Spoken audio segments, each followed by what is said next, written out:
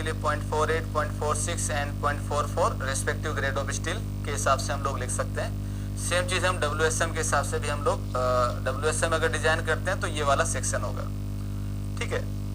अब यहाँ पे एक डाउट ये आ रहा है कि सर हम लोग जो है जब LSM के अंदर 250 को यूज करते ही नहीं है तो फिर ये वैल्यू क्यों लिखे? मैं आपको एक चीज बता दूं बेटा, ये जो वैल्यू लिखी गई है वो ओनली थ्योरेटिकल वैल्यू है, इसका यूज नहीं करते हैं। कारण मैं बता दूं, क्योंकि यहाँ पे जो हम डेरिवेशन करते आ रहे हैं वो डेरिवेशन के अंदर ये जो लिखा गया है वो जो है वो HYSD स्टील की वैल्यू है।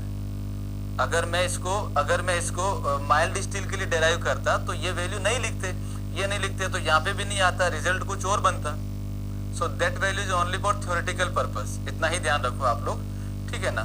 सो ये वैल्यू ओनली जो हम लोग यूज करने डिजाइन मतलब थ्योरेटिकल पर्पस के लिए लिख रहे हैं, क्योंकि ऊपर जिस बेसिस पे हम लोग डेरिवेशन करते आ रहे हैं वो इसके लिए वैलिड नहीं है, राइट। चूंकि LSM ने 415 को लेके बात किया तो इसके आगे वाली सारी चीज जो है वो हम लोग कांस्टेंट मतलब यूज करते हैं, राइट। इसके अलावा एक दूसरा इसका रीजन स्ट्रेन वैल्यू को लेके भी दिया जाता है, तो उसको भी छोड़ देते हैं। आप ये मान के चलो कि ये ओनली थ्योरेटिकल वैल्यू जिसको लेके हम बात कर रहे हैं, ठीक है। अब यहाँ से क्वेश्चन जो पूछे गए हैं, यहाँ से जो क्वेश्चन पूछे गए आप लोगों से वो क्या पूछा गया? ये पूछा गया कि अगर मेरे पास में जो सेक्शन है WSM से जो सेक्शन बनता है और LSM से जो सेक्शन बनता है, किसकी डेप्थ ज्यादा होती है, किसकी डायमेंशन ज्यादा होती है? So here I can say the LSM will give the less dimension with compare with the WSM। कारण LSM ज्यादा मटेरियल की प्रॉपर्टी यूज करता है कंपैरिजन टू द WSM। तो WSM के रेस्पेक्ट में LSM मटेरियल की ज्यादा प्रॉपर्टी यूज करेगा, तो ज्यादा लोड के लिए आपको कम डायमेंशन की जरूरत पड़ेगी इस मेथड में बजाय उसके। तो ये हम लोग इसमें देख चुके हैं, ठीक है। अब आते हैं हमारे पास में जो है सेक्शन को लेके। सेक्शन आ जाएगा हमारे पास अंडर अवर और बैलेंस सेक्शन। तो उसकी कहानी वही है जो हमने वहां पे देखी है, सारे पॉइंट वही है। अंडर एंड फोर्थ सेक्शन में स्टील पहले फेल होती है, फेलियर नेचर जो है वो डक्टाइल होता है, तो यहाँ पे भी वही है। ओवर एंड बैलेंस सेक्शन में जो है वहां पे स्टील और कंक्रीट दोनों फेल होती है, तो यहाँ पे भी दोनों फेल होगी। ओवर एंड फोर्थ सेक्शन में वहां पे कंक्रीट पहले फेल होती है, तो यहाँ पे भी कंक्रीट पहले फेल होगी। बट फेलियर वैल्यू जो दिया जा रहा है वहां पे हम स्ट्रेस को लेके बोल रहे थे, यहाँ पे स्ट्रेन को लेके बोलेंगे। That is the difference only. तो अंडर अवर और बैलेंस सेक्शन की कहानी वही है, तो मैं यहाँ पे जो है वो दोबारा नहीं लिखवा रहा।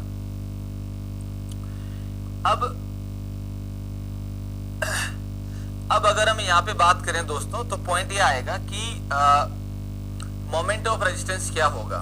तो नेक्स्ट हो जाएगा that is moment of resistance. चूंकि मैं LSM की बात कर रहा हूं तो LSM में मोमेंट ऑफ रेजिस्टेंस लिखा जाता है, वो लिखा जाता है अल्टीमेट मोमेंट ऑफ रेजिस्टेंस।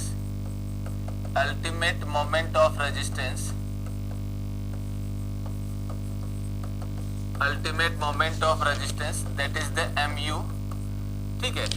अब ये जरूरी नहीं हर बार यही लिखा जाए, कई बार आपको ऐसा भी लिखा जाएगा कि भाई MR निकालो, MR निकालो।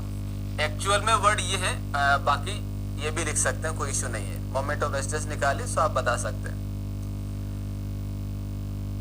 मोमेंट ऑफ रेजिस्टेंस वही C इंटू लीवर आर्म और T इंटू लीवर आर्म से लिखा जाएगा। तो यहाँ पे अगर हम बात करते हैं तो क्या हो जाएगा, दैट इज MU अगर हम देखेंगे तो ये हो जाएगा जैसे C इंटू लीवर आर्म, तो ये लिखा जाएगा that is MU is equal to 0.36 B into XU into FC के ब्रैकेट में हो जाएगा that is D minus 0.42 into XU। Clear है? तो ये हो जाएगा C इंटू लीवर आर्म से इक्वेशन अगर हम लिखेंगे तो ये हो जाएगा MU is equal to T into lever arm अगर हम लिखते हैं तो ये हो जाएगा that is MU is equal to 0.87 FY into AST bracket में हो जाएगा D माइनस 0.42 इंटू XU। ये हो जाएगा मेरे पास that is T into lever arm से। इन दोनों में जो कॉमन है वो आ जाएगा XU का वैल्यू हम जानते हैं, this is the 0.87 FY into AST divided by 0.36 B into FC के। Here it is. क्लियर है? तो ये भाई मेरे पास वैल्यू आ रहा है C इंटू लीवर आर्म से टी इंटू लीवर आर्म से, और ये एक्स यू का वैल्यू आ गया, राइट। सो इस इक्वेशन को मैं नाम दे देता हूं 1, इसको नाम दे देता हूं 1, इसको नाम दे देता हूं 2, ये हो जाएगा 2। अगर मैं यहाँ पे बात करता हूं दोस्तों तो क्या होगा, सबसे पहले हम बात कर लेते हैं अंडर एनफोर्स सेक्शन के लिए। For under enforce section, under enforce section, under enforce section, under enforce section के लिए हम ये जानते हैं, क्या जानते हैं कि भाई एक्सयू का जो वैल्यू रहता है, एक्सयू का वैल्यू रहता है एक्सयू लिमिट से लेस। ठीक वैसे ही जैसे हम डब्ल्यूएसएम में करते हैं एक्सए लेस देन एक्ससी, तो यहाँ पे एक्सयू लेस देन एक्सयू लिमिट। अगर ये है, अगर एक्सयू का वैल्यू लेस देन है एक्सयू लिमिट से, देन हम क्या करेंगे, देन फॉर एमयू यानी कि ultimate moment of resistance, put XU is equal to XU calculated. XU calculated का मतलब जो आपने ये कैलकुलेट किया है उसी को हम लोग बोल रहे हैं। Put XU is equal to XU calculated in equation 1 और 2। आप दोनों में से किसी भी इक्वेशन में जो है वो पुट कर दीजिए, आपके पास में जो है वैल्यू आ जाएगा इक्वेशन 2। आप इन दोनों में से किसी में पुट कर दो, you will get the answer, right. दूसरा हो जाएगा XU is equal to XU limit, sorry ये हो जाएगा मेरे पास, दूसरा हो जाएगा लिमिटिंग सेक्शन या बैलेंस सेक्शन, लिमिटिंग सेक्शन या बैलेंस सेक्शन, दोनों का मीनिंग एक ही है, balance section.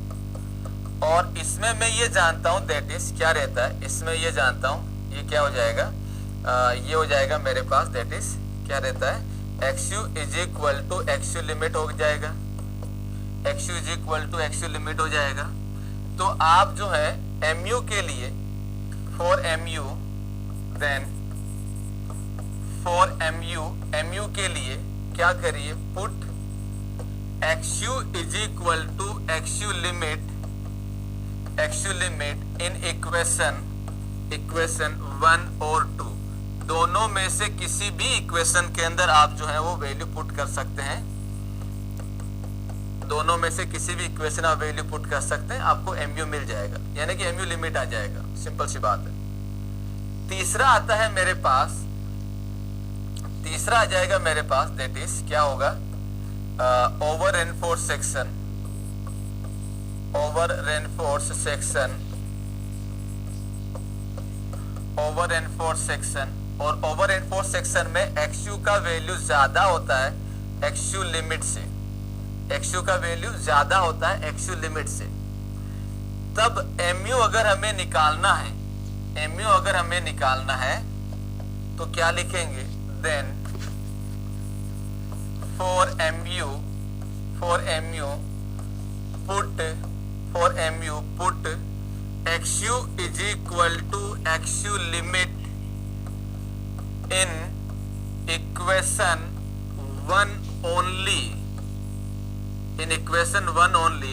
and design as doubly reinforced, and design is doubly reinforced, design as doubly reinforced। आप ओनली इक्वेशन 1 में ही XU is equal to XU limit put करेंगे और फिर उसको डबल की तरह डिजाइन नहीं करेंगे। पॉइंट ये आता है कि सर दो इक्वेशन नंबर 2 में क्यों पुट नहीं कर सकता, भाई इसमें भी तो पुट कर सकता हूँ, C is equal to T होता है, दोनों में लीवर आर्म कॉमन है तो पुट कर सकते हैं, क्यों नहीं कर सकते। कोई आंसर दे पाएगा कि अगर ये ओवर एनफोर्स हो जाता है, ओवर एनफोर्स हो जाता है तो हम लोग जो है एमयू, एलएसएम तो मना ही करता है कि आप ओवर के लिए कैलकुलेट नहीं करेंगे, जबकि डब्ल्यूएसएम हमने निकाला है, वैल्यू भी निकाली है। तो मुझे ये बताइए एमयू के लिए मैं इक्वेशन 1 में ही क्यों XU is equal to XU limit put कर रहा हूं, 2 में क्यों नहीं कर रहा, एनीवन?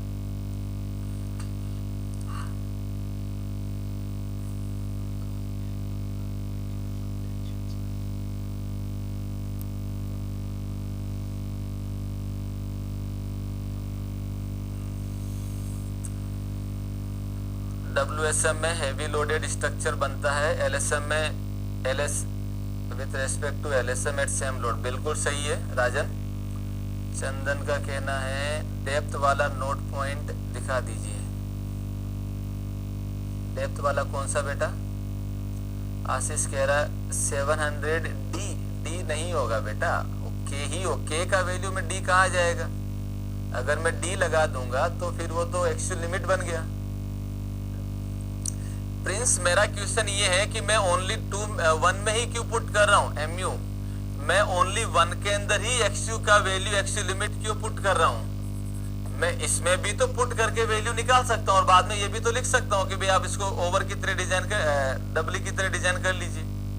मैंने क्लियरली मेंशन किया है कि जब ये ओवर हो जाता है तब उस केस में ओनली क्लियरली मैंने मेंशन किया है कि आप जो है इक्वेशन 1 में ही पुट करेंगे, दूसरी में कर ही नहीं सकते। कारण कोई बताएगा? एनीवन?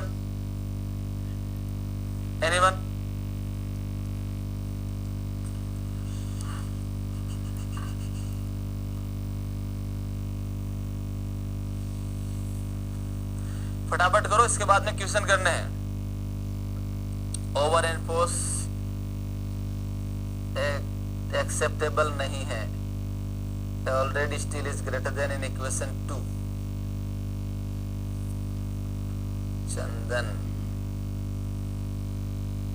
और कोई? एनीवन? क्योंकि actual depth of neutral over enforce section ज्यादा रेनफोर्समेंट ज्यादा होने से मोमेंट रेजिस्टेंस भी ज्यादा। अरे तो ज्यादा होगा तो बढ़िया फ्यूल देंगे। रेजिस्टेंस कैपेसिटी इंक्रीज बाय 25% ज्यादा। इस इक्वेशन का कोई लॉजिक नहीं बन रहा के रेस्पेक्ट में XU का वैल्यू ज्यादा हो गया एक्चुअल लिमिट से, वही ST आप यहां पे लिखे हुए हो।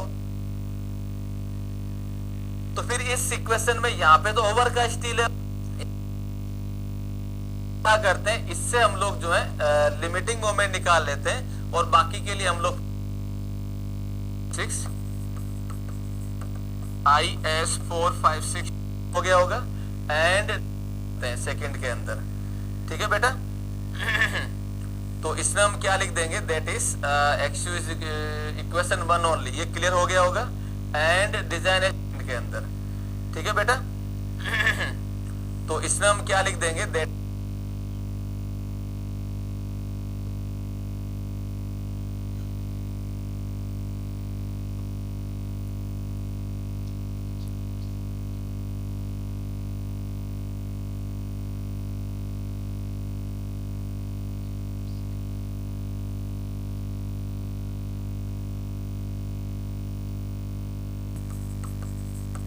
IS456-2000 does not allow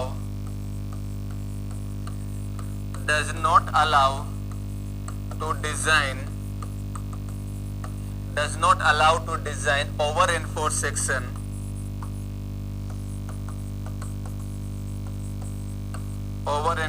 section because it gives brittle failure.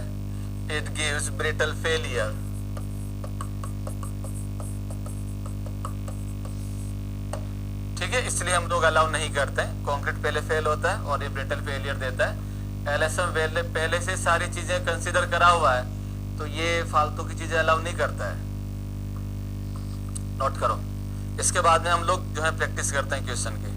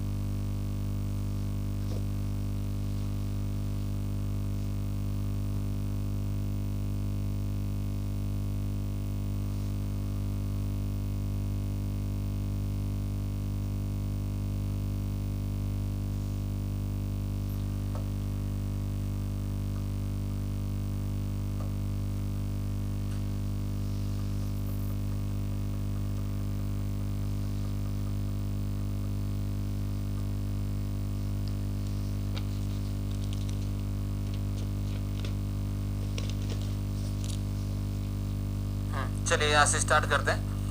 I think ये सारा कर लिए नहीं, हाँ यहाँ से करना है। Okay, so here is the question, start करिए फटाफट।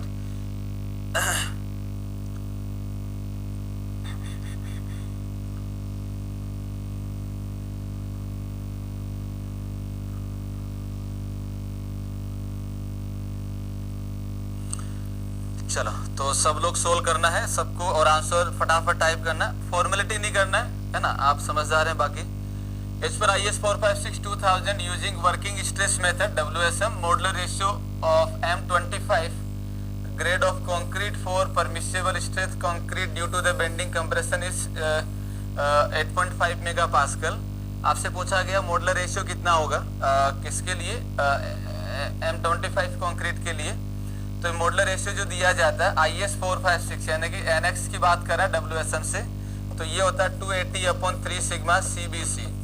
तो ये वैल्यू हो जाएगा 280/3 सिग्मा CBC यानी कि 8.5। सो ये हो जाएगा R3 चॉइस, यानी कि ये वैल्यू जो देगा आपको that is 10.98। This value is 10.98।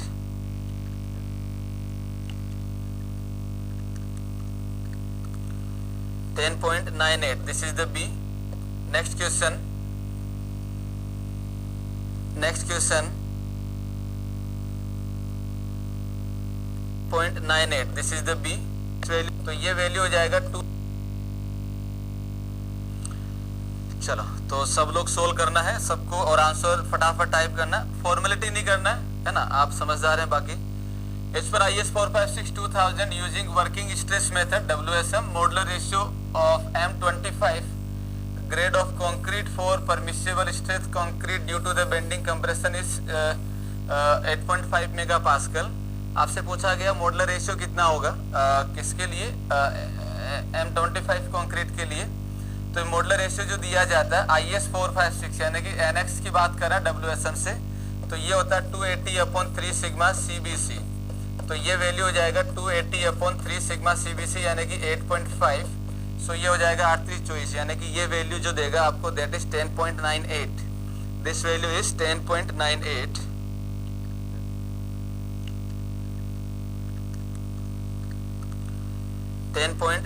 This is the B। Next question.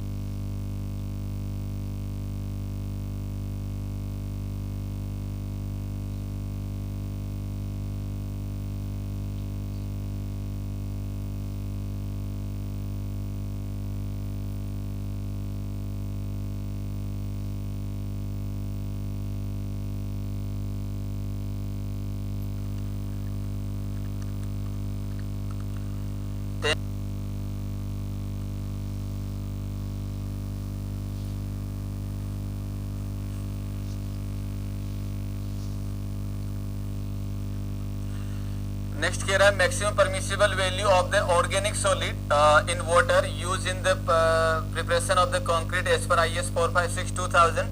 तो ऑर्गेनिक सॉलिड जो होता है that is the 200 and inorganic solid जो होता है दैट इज द 2000।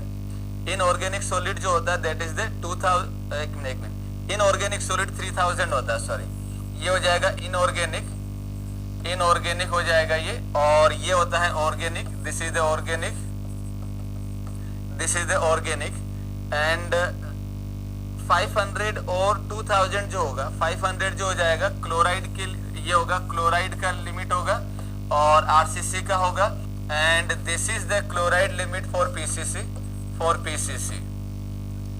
ठीक है, तो 200 होगा ऑर्गेनिक के लिए, 3000 हो जाएगा दैट इज इनऑर्गेनिक के लिए।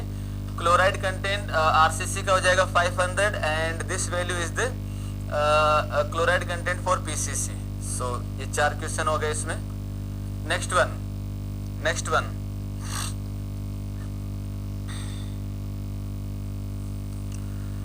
What is the meaning of designation M30 concrete suggested by 2019 का है। Suggested for the RCC work. तो आपको ये बताना कि M30 किसके लिए बता रहा है, क्विकली बताइए।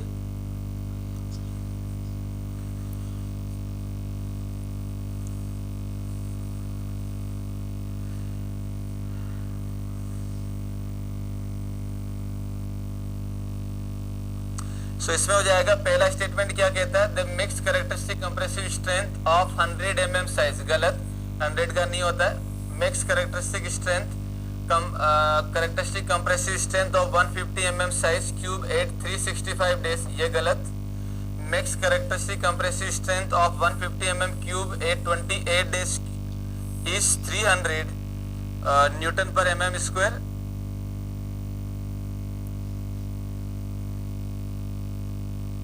300 न्यूटन पर mm स्क्वायर, 300 नहीं होगा, this is the 30। So the mix characteristic compressive strength of 150 mm cube size at 28 days is 30 mega pascal, this is the one. तो जिस पोर्शन में जो गलत है वो हमने इसमें शो कर दिया, that is the D, that is the D, इसमें ये गलत है, right. Okay, next one quick, the D, that characteristic compressive strength of 150 mm cube at 28 days is 300 newton per mm square.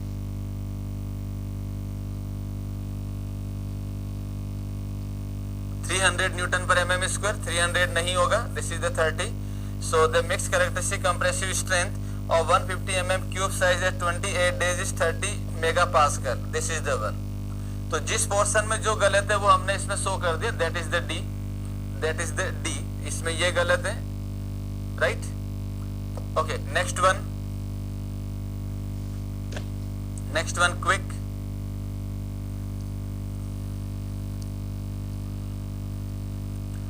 modulus of elasticity of M25 concrete as per the formula IS 456-2000, modulus of elasticity EC जो दिया जाता है that is the 5000 root FC K 25, तो इसका under root हो जाएगा 5 into 5 25, so this value is the this one।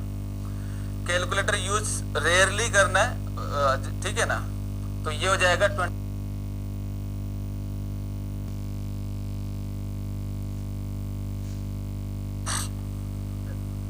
that is for the PCC। next one,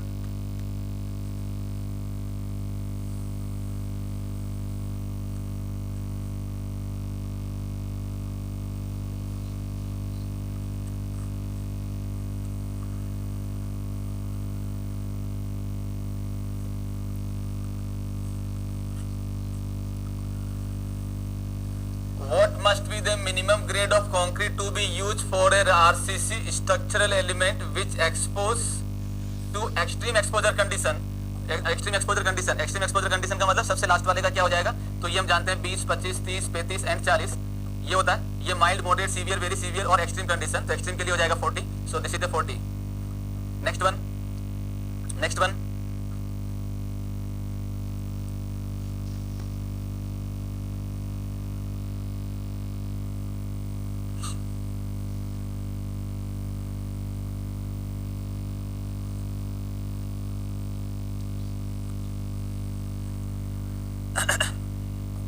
2020 के अंदर concrete in the member represented by the core test shall be considered acceptable if average equivalent cube strength of course is equal to its at least ... of the cube strength of the grade concrete specified for the corresponding age। तो ये जो value रहता है वो 90% से less नहीं रहनी चाहिए, ये हम लोग ऑलरेडी नोट में लिख चुके हैं, so that should not less than 90%, so here it is 90% से लेस नहीं होना चाहिए। Next one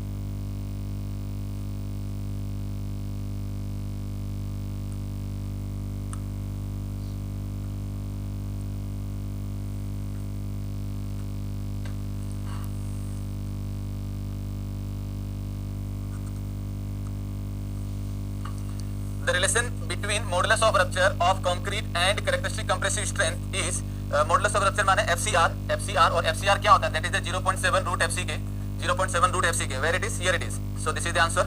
next one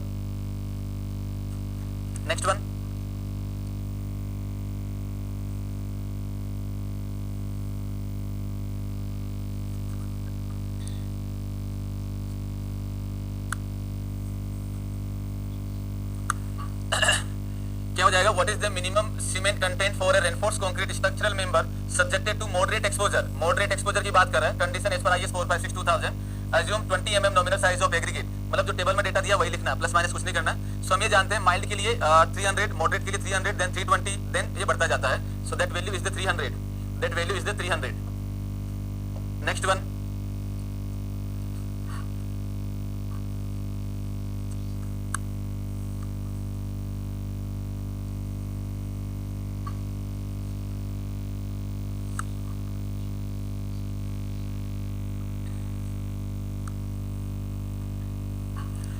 next question दे रहा है as per IS 456/2000 calculate the flexural strength of concrete. Flexural strength of concrete दिया जाता है FCR is equal to 0.7 root FCK of concrete whose characteristic compressive strength is 36 megapascal। so this value will be 36 and ये आ जाएगा आपके पास में 4.2, 6 into 0.7 यानी कि 4.2 megapascal। तो ये आंसर हो जाएगा where is the 4.2, here it is, so A is the correct one। next one,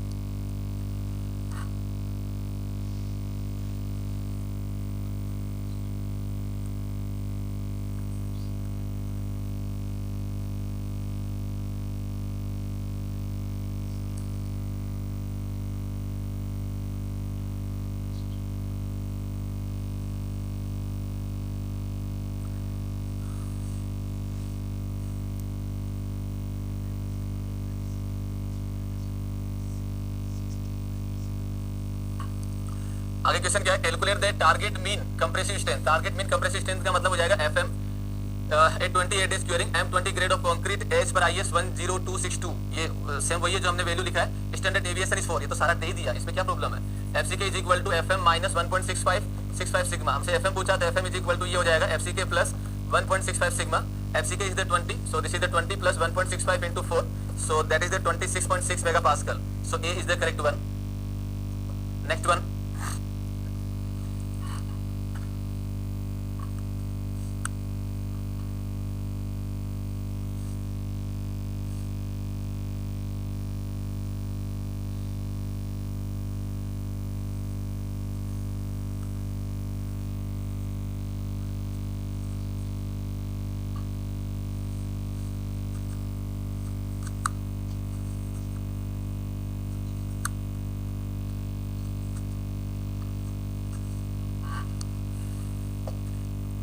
चलिए तो इसका क्या आंसर होगा, इसमें अगर हम देखते हैं तो आंसर हो जाएगा इसका M25 concrete is M25 concrete the modulus of elasticity of concrete can be in the acceptable range।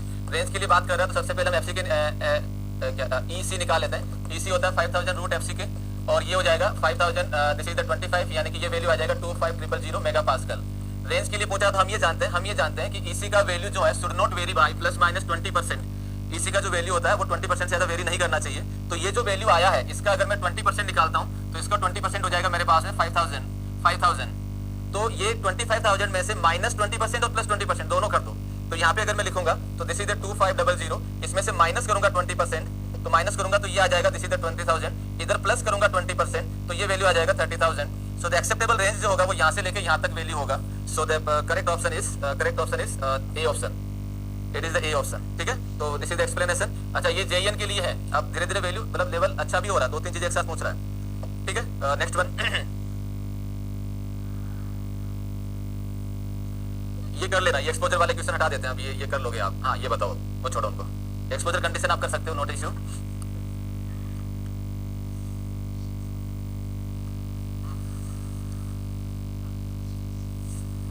The value of the Poisson ratio of the concrete lies approximately in the range of, so that value is the 0.10 से 0.2 के बीच में value रहता है। so the correct option is the C, इसी के अंदर value रहती है ये।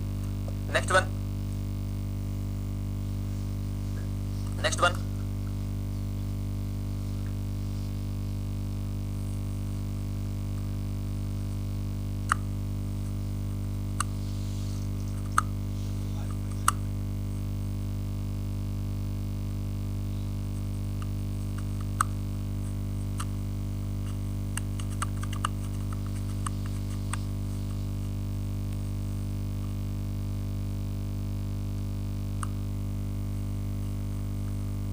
चलिए क्या होगा, तो the difference in 7 days compressive strength of the cube and cylinder prepared with impure and pure water.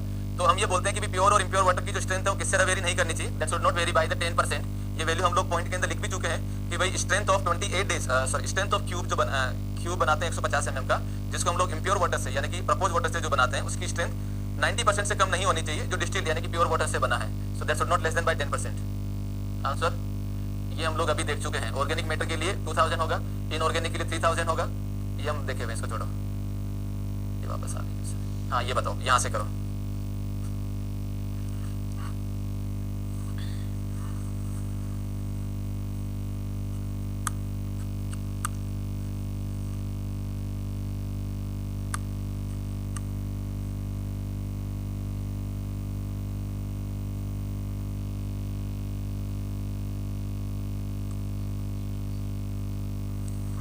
चलिए, तो इसमें क्या हो जाएगा, next the modular ratio is the m and stress ratio in steel and concrete is the r, then the critical neutral axis constant k का जो value लिखा जाता है वो लिखा जाता है, हम लोग क्या जानते हैं, that is the mc upon t plus mc। तो अगर मैं इसको डिवाइड करता हूं तो ये क्या हो जाएगा 1 upon t by mc plus 1। तो t बाई c को हम लोग r से डिनोट करते हैं, तो ये हो जाएगा that is m upon m plus r, m upon m plus r। So this is the correct one, this is the correct one. Next one,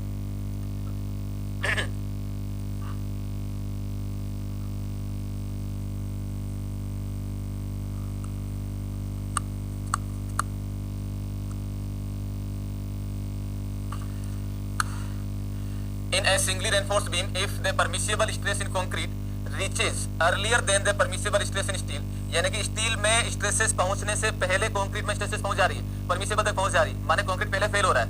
तो कंक्रीट अगर पहले फेल हो रहा है तो सेक्शन कौन सा होगा, ओवर एनफोर्स, ओवर एनफोर्स।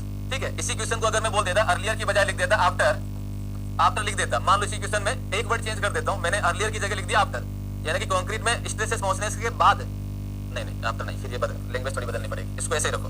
ठीक है, तो अर्लियर देन का मतलब ये हो जाएगा over enforce section. Next one, next one, ये और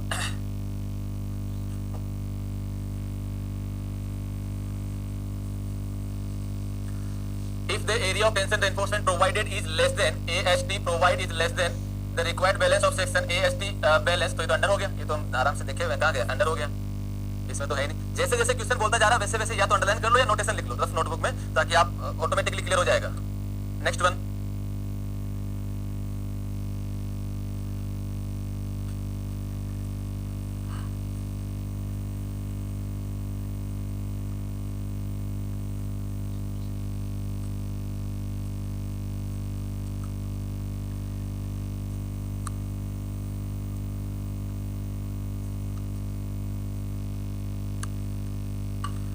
the assumptions made in the theory of the reinforced concrete beam, reinforced concrete beam RCC का बीम है, मतलब क्रैक सेक्शन है।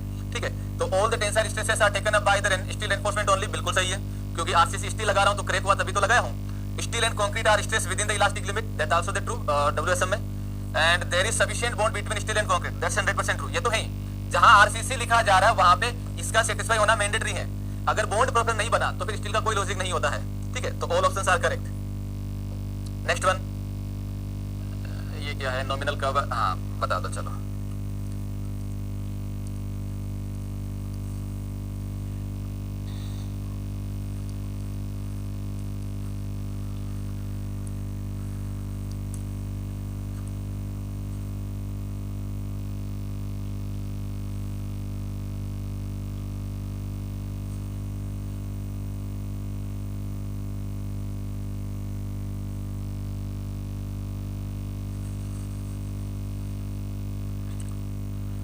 As per IS 456/2000, the nominal concrete cover for moderate exposure should not less than, moderate exposure के लिए 30 से less नहीं होना चाहिए। ये तो सिंपल सा था।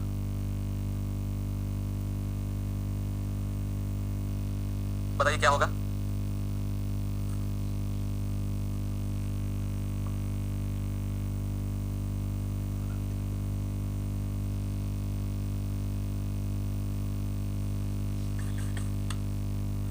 the section of the reinforced beam where most distance concrete fiber in compression, यानी कि extreme compression fiber and tension in steel, यानी कि जो स्टील लगा इसके अंदर attain permissible stress simultaneously, एक साथ पहुंचती है, तो भाई जो सेक्शन होगा मेरे पास क्या होगा, बैलेंस सेक्शन होगा, क्रिटिकल सेक्शन होगा, क्योंकि XI इक्वल टू XC होता है, और इकोनॉमिकल होगा, जितना मटेरियल हमने दिया पूरा का पूरा यूज कर लिया, पूरा मतलब थ्योरी के रिस्पेक्ट में। So all options are correct.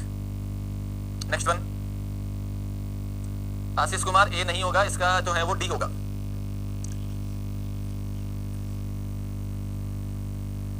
ये तो कर लिया यार। In a singly reinforced beam if the permissible stress in concrete reaches the earlier than in steel, तो क्या रहता है, कंक्रीट में पहले पहुंच रही है तो ओवर एनफोर्स हो जाएगा।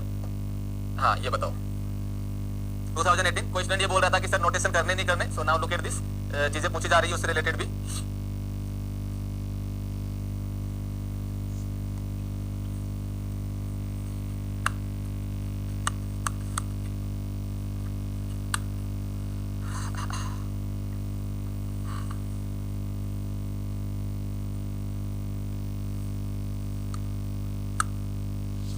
चलिए तो कैसे वैल्यू निकालेंगे इसका, तो हमसे क्वेश्चन क्या बोल रहा है, क्वेश्चन ये कह रहा है कि द यूजुअल नोटेशन यूजुअल मान है the depth of the neutral axis of the balance section, depth of neutral axis balance section की बात कर रहा है और नोटेशन एमसी की फॉर्म में दिया है, तो ये मुझे पता चल रहा है कि डब्ल्यूएसएम से करना है। डब्ल्यूएसएम में बैलेंस सेक्शन के लिए न्यूट्रल एक्सिस जो निकाला जाता है वो स्ट्रेस डायग्राम को यूज करते हुए हम लोग निकालते हैं, दैट इज द यहाँ पे आ जाता है सिग्मा सीबीसी, तो ये मैं सी से डिनोट कर देता हूँ, ये एक्सी हो जाएगा और ये आ जाएगा डी माइनस एक्सी और ये हो जाएगा sigma S T by M, ये सिग्मा सीबीसी है।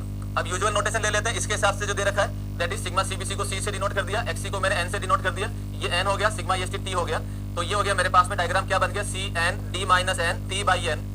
तो मुझे निकालना क्या करूंगा, दैट इज ये क्या हो जाएगा, that is C by N this divided by this one, C by N is equal to ये हो जाएगा टी बाई, ये हो जाएगा T by M upon D minus N, D minus N this divided by this one. तो देख लो कौन सा ऑप्शन मैच कर रहा है इसमें, कोई सा भी नहीं करा, इसको इधर भेज देते हैं, तो ये हो जाएगा D minus N divided by this, तो ये हो जाएगा टी अपॉन एम सी।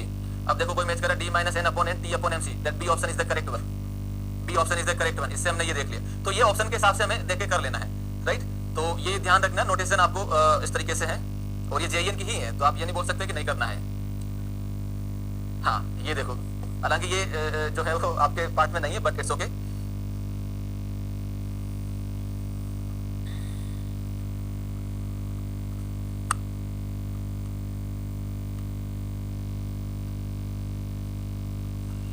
So ये स्टेटमेंट हम लोग ऑलरेडी लिख चुके हैं। By over reinforce beam the moment of resistance can be increase by, can not be increase by more than 25%। ये मैं आपको लिखवा चुका हूं, दैट इज ठीक है, ये लिखवा चुका हूं मैं। अगर मैं जो है स्टील को डबल कर देता हूं, डबल करूंगा तो वैसी बात है वो ओवर में कन्वर्ट हो जाएगा, तो ओवर में कन्वर्ट करते हैं तो द वैल्यू इंक्रीज बाय 23 से 25%, इससे ज्यादा इंक्रीज नहीं होता है, so that not increase by the 25%। Next one,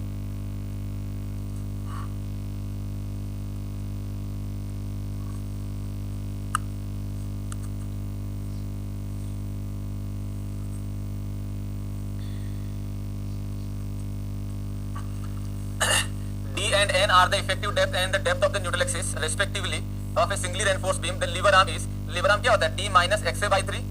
तो यहाँ पे क्या बोल रहा है, न्यूट्रल एक्सिस को हमने n से रिप्रेजेंट कर देना, तो इसकी जगह n आ जाएगा, तो d minus n by 3, ये लो, this is the lever arm, तो the value is the d। Next one,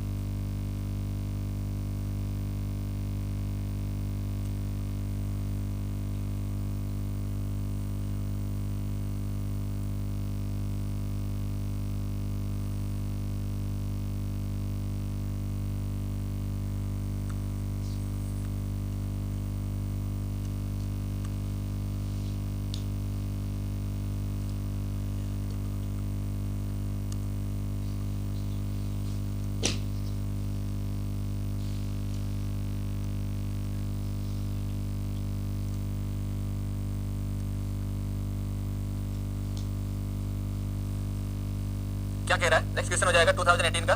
अब देखो इस प्रॉब्लम में अगर कैलकुलेटर अलाउ है तो ही आप इसको यूज करेंगे, वरना नहीं करेंगे।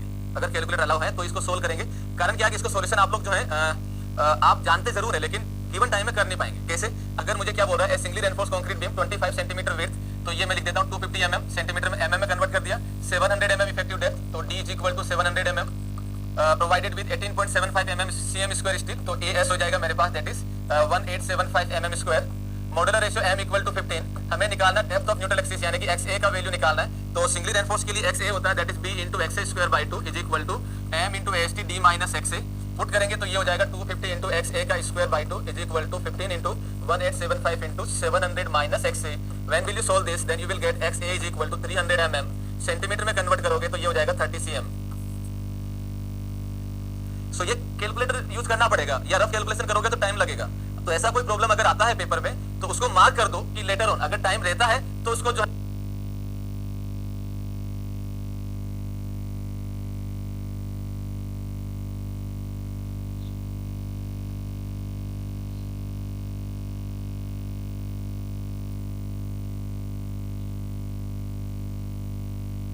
आप जो है सोल्व कर लीजिए, और अगर टाइम नहीं है तो आपने काफी सारे क्वेश्चन कर रखे हैं, तो आइडिया तो वैसे नहीं लगेगा, बट सोल्व करने के अलावा कोई चॉइस है नहीं। इसको एक तरीका और हो सकता था, अगर मुझे ग्रेड ऑफ स्टील दिया होता तो भी कैसे करता है, निकालना पड़ेगा, इसमें कोई चॉइस है नहीं भाई, ठीक है। तो ये बात के लिए छोड़ा जा सकता है, टाइम वेस्ट नहीं करना ऐसे क्वेश्चन को। नेक्स्ट वन,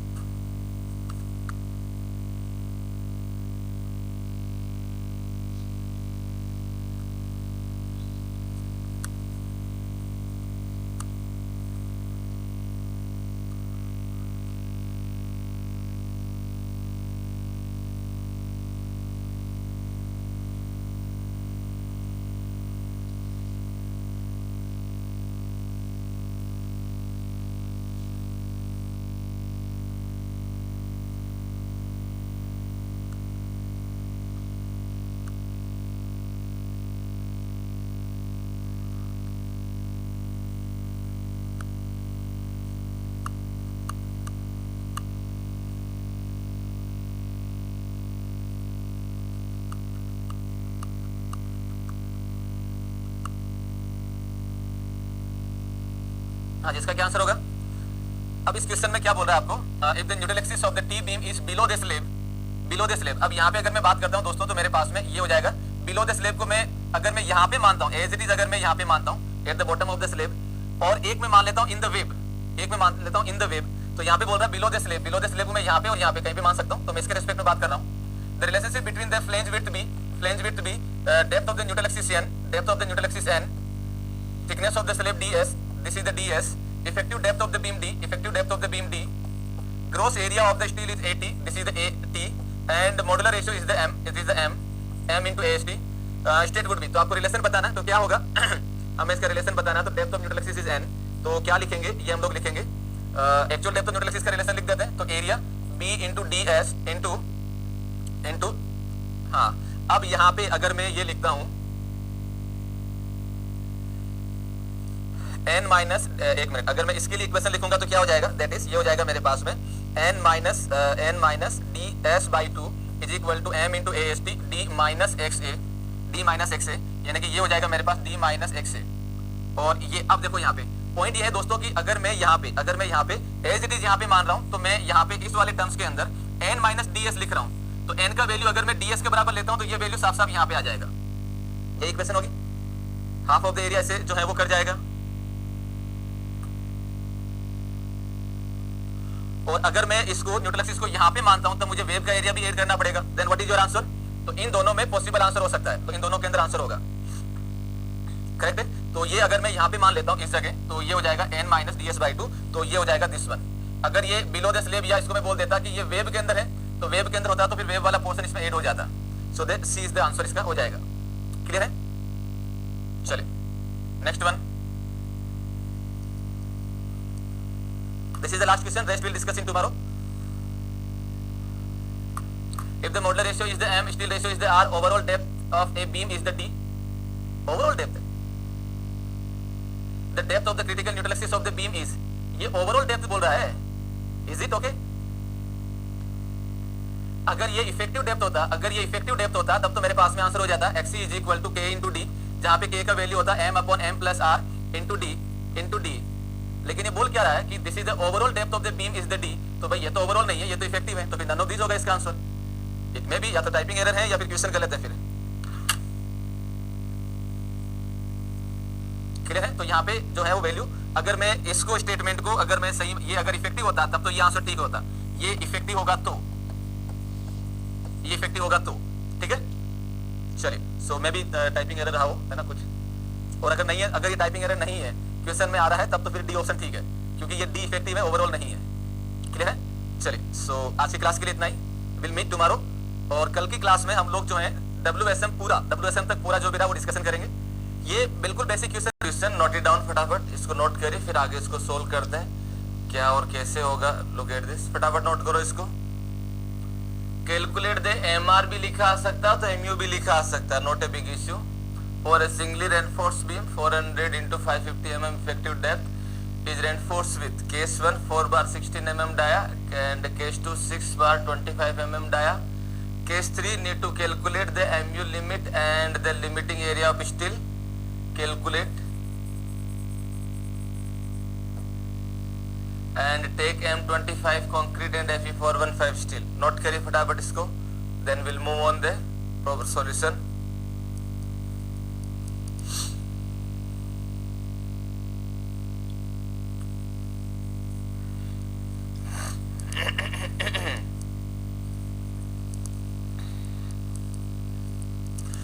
ओवर वाले केस में कंप्रेशन वाले इक्वेशन इसलिए यूज करते हैं क्योंकि अब हमें कंप्रेशन में भी AST प्रोवाइड करना पड़ेगा। पवन, बिल्कुल ही गलत कंसेप्ट बनाया आपने। पवन, आपने जो कंसेप्ट बनाया बिल्कुल ही गलत है। ओवर वाले के अंदर हम लोग C इंटू लेवराम वाली इक्वेशन में इसलिए लिखते हैं क्योंकि मेरे पास में 0.36 B into XU into FCK into D minus 0.42 into XU और T इंटू लेवराम वाली इक्वेशन होती है that is 0.87 FY into EAST और लेवराम ये वापस यहाँ पे आ जाएगा। पवन बेटा, अगर मैं इस इक्वेशन में T इंटू लेवराम वाली इक्वेशन में अगर मैं XU की जगह XU लिमिट पुट करूंगा, लेकिन एरिया ऑफ स्टील तो वही है ना जो ओवर वाला है। भाई XU हमने निकाला था, XU का इक्वेशन क्या था मेरे पास 0.87 FY into EAST divided by 0.36 B into XU into FCK। तो यहाँ से जो AST हमने पुट किया था ये AST ओवर एनफोर्स सेक्शन वाला है। तो अगर मैं इस इक्वेशन में पुट करूंगा तो ये AST तो वही लिखूंगा जो मुझे क्वेश्चन में गिवन है, जबकि मैं अच्छे से जानता हूं कि ओवर एनफोर्स वाला स्टील है और यहाँ पे XU की जगह XU लिमिट लिखूंगा तो इस इक्वेशन का कोई लॉजिक नहीं बनता है। बट वहीं अगर मैं इस इक्वेशन में पुट करता हूं तो कहीं पे भी इस स्टील का इफेक्ट नहीं आ रहा है। ओवर एनफोर्स का जो स्टील है उसका इफेक्ट नहीं आ रहा है। XU हम लोग XU लिमिट ही पुट कर रहे हैं, FCK बाकी सारा वो का वही है। तो इस इक्वेशन में पुट करने से हमें क्या मिलेगा कि ये बैलेंस वाला मोमेंट देगा जिसमें स्टील का कोई इफेक्ट नहीं है। ठीक है बेटा। पवन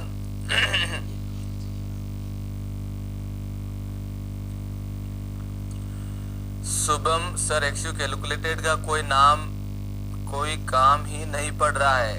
XU कैलकुलेटेड का कोई काम कैसे नहीं पड़ रहा बेटा? जब हम अंडर एनफोर्स सेक्शन, भाई जो हमने कैलकुलेट किया है ना ये वाला जिसको मैं XU बोलता हूँ उसी को मैंने XU कैलकुलेट नाम दे दिया और कोई एक ही चीज है ये। अगर मान लो आपने जो भी दिया उससे आपने XU निकाला 10, जो भी मान लीजिए 40 वैल्यू निकाला तो ये 40 ही XU कैलकुलेट है। ठीक है, और वो आप यहाँ पे पुट करते हैं। ये देखो कहाँ काम नहीं आ रहा। चलिए, सो this is the one. Okay, तो सोल्व करते हैं क्वेश्चन को। क्या क्या दे रखा है? Calculate the MR for the singly reinforce beam 400 into 550 mm। मैं ये डेटा लिख लेता हूँ जो हमें दे रखा है। ठीक है, तो यहाँ पे हमें जो दे रखा है that is the 400 into 550 mm। I hope so कि ये इफेक्टिव डेप्थ होगा। This is the effective depth. Reinforce with case 1 दे रहा है 4 बार 16 mm डाया, तो हम केस 1 ले लेते हैं दैट इज द केस 1 दे रहा है that is the 4 bar 16 mm dia and concrete दे रखा है 25 और 415 स्टील। तो ये आपको M25 एंड Fe415 मटेरियल दे रखा है और आपसे MU निकालना है। अब दोस्तों आपके माइंड में पिक्चर एकदम क्लियर है कि भाई MU के लिए यानी कि मोमेंट ऑफ रेजिस्टेंस के लिए मुझे सबसे पहले XU चाहिए, फिर XU लिमिट चाहिए। क्यों चाहिए? क्योंकि मुझे सेक्शन पता करना है। क्यों सेक्शन पता करना है? ताकि मैं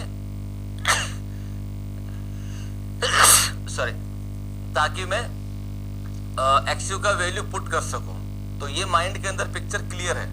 तो सबसे पहले हम लोग कैलकुलेट करेंगे इसके लिए। तो मैं यहाँ पे एरिया लिख देता हूँ। AST जो आया है मेरे पास that is what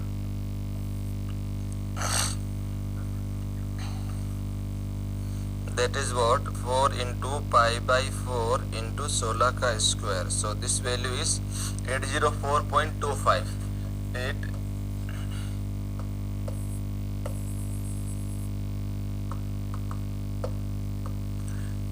804.25 mm square.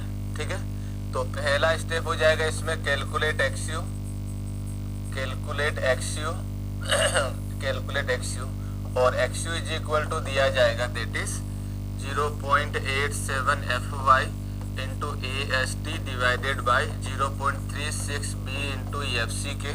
सो जब इसमें डेटा पुट होगा तो ये हो जाएगा 0.87 into 415 into AST 804.25 divided by 0.36 into B 400 into EFC के, this is the 25। So from here we can calculate the value of the XU. So this is 0.87 into 415 into 804.25 divided by 0.36 into 400 into 25. So here the value is 80.66 mm. This is the calculated XU value. किसका answer बनता है? अभिषेक का, अच्छा कृष्णन का answer आ गया, सीधा answer लिख दिया। चलो दूसरा हो जाएगा हमारे पास calculate XU limit, calculate XU limit, and XU limit जो होगा वो क्या हो जाएगा दैट इज फॉर FE415 के लिए, FE415 के लिए एक्सयू लिमिट इज इक्वल टू क्या होता है 250 के लिए 0.53 इंटू डी, 415 के लिए 0.48 इंटू डी, 500 के लिए 0.46 into D and 550 के लिए 0.44 into D. So we have the 415, so that value is the 0.48 into D. So here I can say 0.48 into 550. So XU limit is equal to 0.48 into 550. So here the value is 264 mm. 264 mm. Now we have the now अब हमारे पास में जो है वो क्या value बन रहा है, एक्सयू और एक्सयू लिमिट आ गया। अब हम क्या करेंगे, सेक्शन को चेक कर लेते हैं। तो थर्ड स्टेप हो जाएगा that is check the section. Next हो जाएगा अबाउट सेक्शन, अबाउट सेक्शन। तो अबाउट सेक्शन में अगर हम देखते हैं तो भाई एक्सयू जो है लेस देन है एक्सयू लिमिट से, तो सेक्शन मेरे पास में हो गया section is under enforce, section is under enforce, under enforce. और अंडर एनफोर्समेंट के, अंडर एनफोर्स के लिए मैं जानता हूं कि एक्सयू का वैल्यू जो है वो एक्सयू कैलकुलेटेड पुट होगा जिसका वैल्यू 80.66 है, जिसका वैल्यू कितना है 80.66 mm है, राइट। तो मैं इसको किसी भी इक्वेशन में पुट कर सकता हूं, चाहे पहली हो या दूसरी हो। तो यहाँ पे चौथा हो जाएगा that is for MU, for MU। तो इसके लिए पुट करेंगे तो क्या होगा मेरे पास that is MU is equal to 0.36 B into XU into EFC के into D minus 0.42 into XU। So let me put the data that is 0.36 into B, B is the 400 into 80.66 into 25 into 550. This is the 550 minus 0.42 into 80.66, right? So here the MU is equal to what?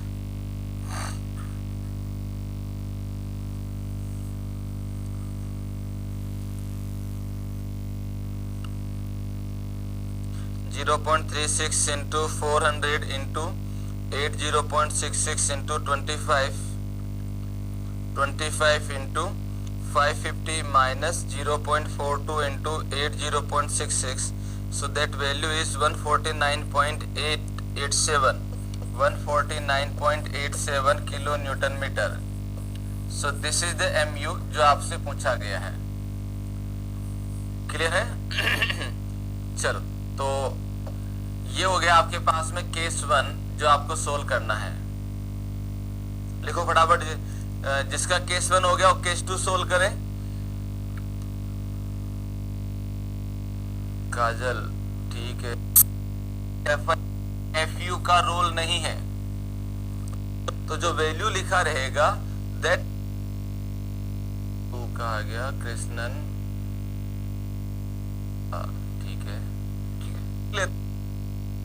Case 2 के अंदर हमारे पास जो area of steel दे रखा है that is what AST जो given है वो आ जाएगा, वो क्या आएगा 6 bar 25 mm dia, rest data are the same, 6 bar 25 mm dia, so that area of steel आ जाएगा यहाँ say that is what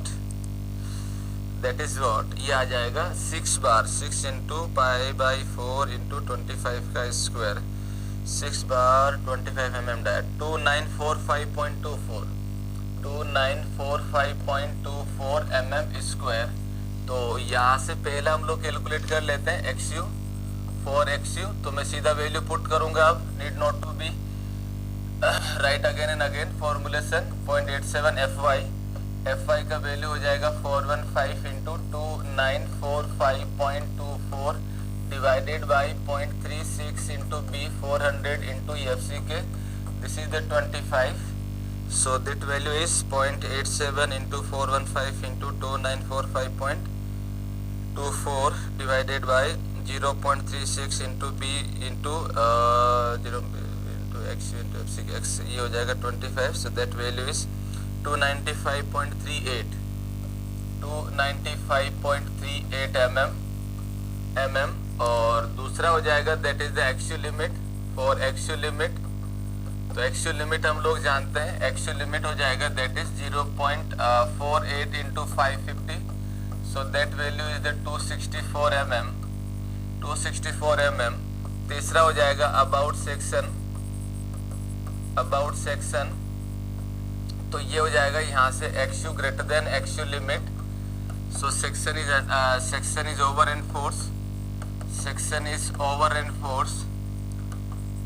reinforce, तो सेक्शन क्या हो गया दोस्तों मेरे पास में ओवर एनफोर्स हो गया, तो ओवर एनफोर्स हो गया तो क्या होगा, हम ये जानते हैं MU के लिए फॉर MU XU की जगह XU लिमिट पुट करेंगे इन इक्वेशन 1 ओनली, ये अपनी समझ के लिए लिख रहा हूँ, ये जो लिखा है ना मैंने अपनी समझ के लिए लिखा है ताकि मुझे ध्यान में रहे और कंसेप्ट भी रिवाइज हो जाए। तो यहाँ से अगर हम देखेंगे तो क्या हो जाएगा MU, तो MU हो जाएगा मेरे पास that is 0.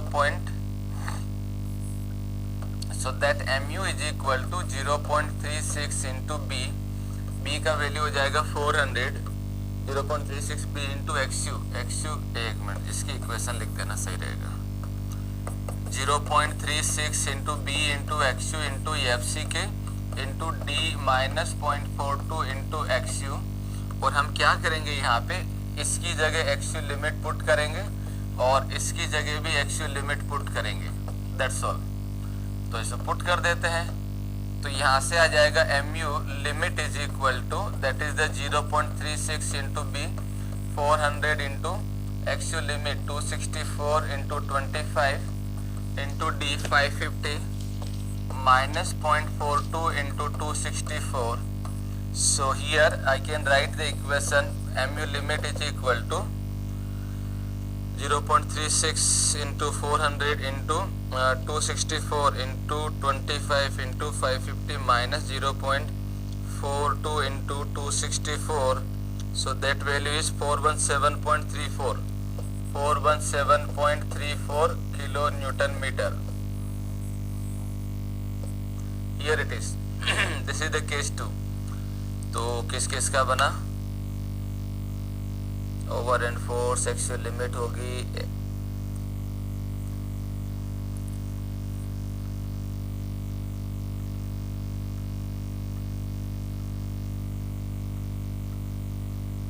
Rishikesh Suraj X264 Kajal XU greater than actual limit over reinforce 417 Arijit Subhashree Siddharth. ठीक है सबका ठीक है, मतलब कोई इशू है नहीं, सिंपल सी बात है, right. This is the case 2।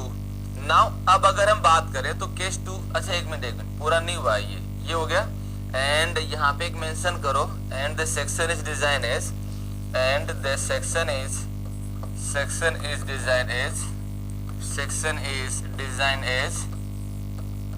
Design as W reinforce, design as W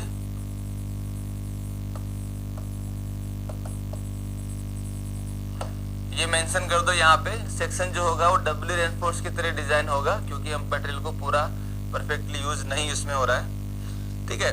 तो ये मेंशन कर लीजिए, and the section is design as the doubly reinforce. So this is the case 2।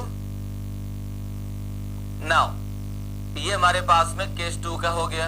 अब इसमें हमने एक्सयू की जगह एक्सयू लिमिट पुट किया था ना, तो एक्सयू लिमिट पुट किया तो भी मेरे पास में एमयू लिमिट केस 3 के अंदर मुझसे पूछा गया कि भाई एमयू लिमिट निकालिए, तो एमयू लिमिट तो निकल चुका है मेरे पास, ये रहा, this is the MU limit.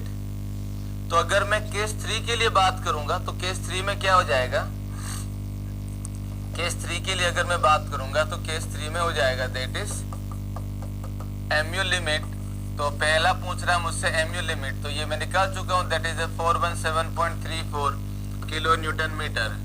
तो केस 3 का पहला पार्ट हो गया एमयू लिमिट।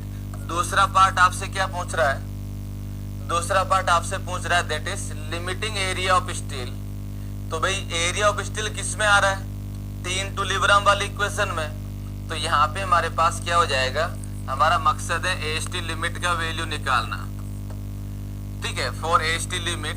तो हम लोग इक्वेशन यूज करेंगे that is MU limit is equal to 0.87 FY into AST limit into D minus 0.42 into XU limit. XU की जगह क्या पुट कर देंगे, एक्सयू लिमिट हो जाएगा, बस सब जगह लिमिट चलेगा ना। तो एक अननोन, सारा कुछ पता है, सो पुट द वैल्यू। तो यहाँ पे एमयू लिमिट का वैल्यू हम पुट करेंगे 417, the value is 417.34 into 10⁻⁶ is equal to 0.87 into 415 into AST limit, bracket में हो जाएगा D is the 550 minus 0.42 into XU limit 264। So that value is AST limit का वैल्यू जो आएगा वो आ जाएगा हमारे पास that is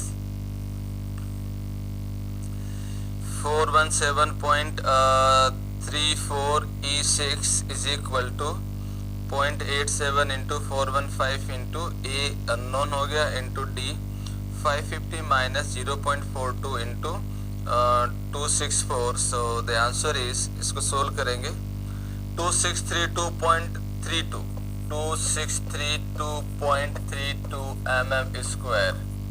so this is the answer. Clear?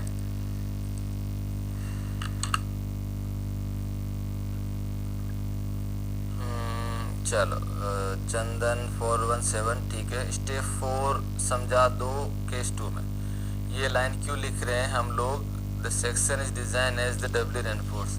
ऐसा इसलिए लिख रहे हैं बेटा, ऐसा इसलिए लिख रहे हैं क्योंकि हमारे पास केस 2 के अंदर क्या है, केस 2 के अंदर हमने, हमारे पास जो सेक्शन आया था, कहाँ है ये तो पहला सेक्शन है, सॉरी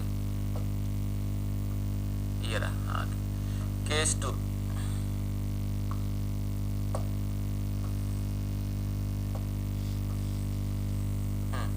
केस 2 में एक्सयू आया था हमारे पास 295.38 एंड यहाँ पे मेरे पास सेक्शन बन रहा है ओवर एनफोर्स सेक्शन, और over enforce section brittle failure देता है, over enforce section brittle failure देता है। तो हम लोग ये जानते हैं कि अगर हमें इस एरिया ऑफ स्टील के रिस्पेक्ट में, इस एरिया ऑफ स्टील के रिस्पेक्ट में अगर मुझे लोड ट्रांसफर करवाना है, ये स्टील ज्यादा है और मैं ये अच्छे से जानता हूँ कि अगर मैंने टेंशन में स्टील थोड़ी ज्यादा कर दूं तो हल्का सा मोमेंट बढ़ता है, तो वो फाइनल वैल्यू कितना होगा जिसके लिए ये सारा कुछ हुआ है, तो उसका वैल्यू निकालने के लिए हमें कंप्रेशन में स्टील को लेके बात करनी पड़ेगी। देन ओनली हमने जो नीचे टेंशन में स्टील दिया पूरा का पूरा यूज होगा। दैट्स व्हाई हम लोग इसको ये लाइन लिख रहे हैं कि भाई ये डब्ल्यू की तरह डिजाइन होगा, because it can take higher load, but LSM जो है वो ओनली यहीं तक अलाउ कर रहा है सिंगली के रेस्पेक्ट में, ठीक है ना। बट आपने जो स्टील दिया है नीचे वो सिंगली से ज्यादा दे रखा है, सो इट में टेक हायर लोड। अगर आप कंप्रेशन में भी स्टील देंगे तो नीचे जो एक्स्ट्रा स्टील बचा हुआ है वो भी यूज में हो सकता है। दैट्स व्हाई हमने ये लाइन लिखा है, ठीक है।